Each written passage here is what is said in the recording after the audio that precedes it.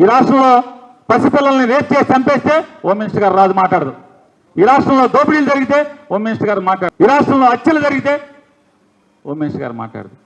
లోకేష్ గారు విద్యాశాఖలో తప్పు జరిగిందని మేము అనగానే బయలుదేరి వచ్చేసింది ఆవిడ ఎగేసుకుని. ఎక్కడ కూడా చిన్న ఇష్యూ కూడా లేదు. సుమారుగా కోర్టు కేసులు దగ్గర 240 కోర్టు కేసులు, ఒక సుప్రీంకోర్టు కేసు ఉన్నా కూడా ఏ కోర్టు కేసు కూడా అడ్డంకి రాకూడదు అని అన్నిటినీ కూడా చాలా ఫుల్ ఫ్లెజ్డ్గా క్లియర్ చేసుకుంటూ ఇన్ని అబద్ధాలు ఆడుతుంది ఆవిడ. ఆవిడేమంటుందంటే అసలు కోర్టు కేసులు లేవంటుంది. కోర్టు కేసులు లేకపోతామండి.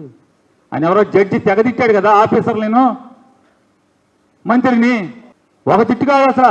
అసలు మనమైతే ఆత్మహత్య చేసుకుంటాం, అన్ని తిట్లు తిట్టాడు మంత్రిని, ఐఏఎస్ ఆఫీసర్ నా జడ్జి గారు.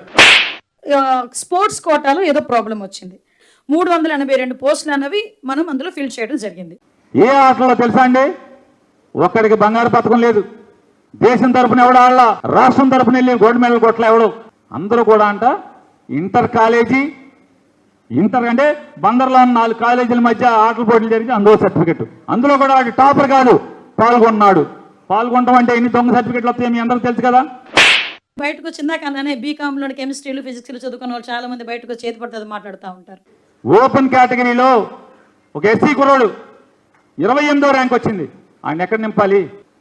ఛాలెంజ్ చేస్తా, మీరు ఇచ్చిన లిస్టులో వాళ్ళని ఎస్సీ కేటగిరీలో నింపారు అంటే ఒక ఎస్సీ వాడికి అన్యాయం జరిగింది కదా, ఒక బీసీ వాళ్ళకి అన్యాయం జరిగింది కదా.